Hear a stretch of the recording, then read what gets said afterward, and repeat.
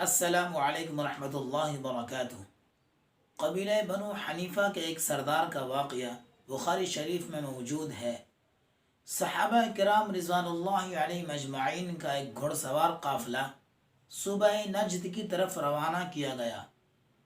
مسلمانوں کا یہ قافلہ جب قبیلہ بنو حنیفہ کے علاقے میں پہنچا تو وہاں کے سردار ثمامہ بن اسال کو گرفتار کر لیا گیا اور مدینہ المنورہ میں لا کر مسجد نبوی کے ایک ستون سے باندھ دیا گیا۔ جب آقا صلی اللہ علیہ وسلم نماز کے لیے تشریف لے جاتے، پاس سے ہو کر گزرتے تو میرے نبی صلی اللہ علیہ وسلم ثمامہ سے پوچھتے، اے ثمامہ کیا حال ہے؟ ثمامہ کہتا، اے محمد، اگر تو نے مجھے قتل کر دیا تو ایک صاحب خون کو قتل کرے گا، جس کے بدلے میں میرا پورا قبیلہ تم سے بدلہ لے سکتا ہے۔ ہاں، اگر تو نے مجھ پر انعام و اکرام کا معاملہ کیا، میرے اوپر احسان کیا، تو تو ایک شکر گزار بندے پر احسان کا معاملہ کرے گا۔ یہاں تک کہ 3 دن تک اسی طرح چلتا رہا۔ میرے نبی آتے اور ثمامہ سے پوچھتے، اے ثمامہ کیا حال ہے؟ اور ثمامہ کا یہی جواب ہوتا۔ میں پوچھنا چاہتا ہوں کہ دنیا میں اگر کسی کا دشمن اس طرح اس کے ہاتھ لگ جائے تو کیا کوئی اپنے دشمن کا حال چال پوچھ سکتا ہے؟ بالکل نہیں پوچھ سکتا۔ یہ تو میرے نبی کی صفات ہے، یہ تو میرے نبی کا اخلاق ہے کہ وہ دشمن سے بھی حال چال پوچھ رہے ہیں۔ اور پھر تیسرے دن بعد اللہ کے نبی صلی اللہ علیہ وسلم نے صحابہ کو حکم دیا کہ ثمامہ کو چھوڑ دو۔ ٹھیک مدینہ المنورہ کے سامنے ابو طلحہ انصاری رضی اللہ عنہ کا باغ تھا۔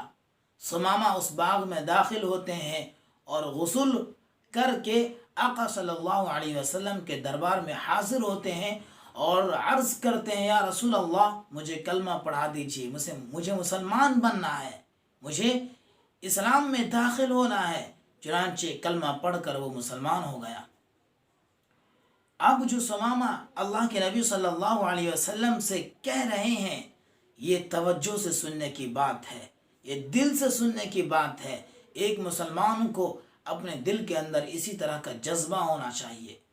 ثمامہ کہتے ہیں کہ اے محمد صلی اللہ علیہ وسلم، آپ کا چہرہ، آپ کا شکل دنیا میں سب سے مبغوض چہرہ سمجھا جاتا تھا میرے نزدیک، لیکن اب دنیا کی تمام چیزوں میں سب سے زیادہ محبوب اگر کوئی چیز ہے میرے نزدیک تو وہ آپ کا چہرہ ہے، وہ آپ کا شکل ہے۔ دنیا کے اندر سب سے زیادہ اگر کوئی بددین میں سمجھتا تھا تو وہ آپ کے دین کو سمجھتا تھا، لیکن اب میرے نزدیک آپ کے دین سے زیادہ کوئی محبوب دین نہیں ہے۔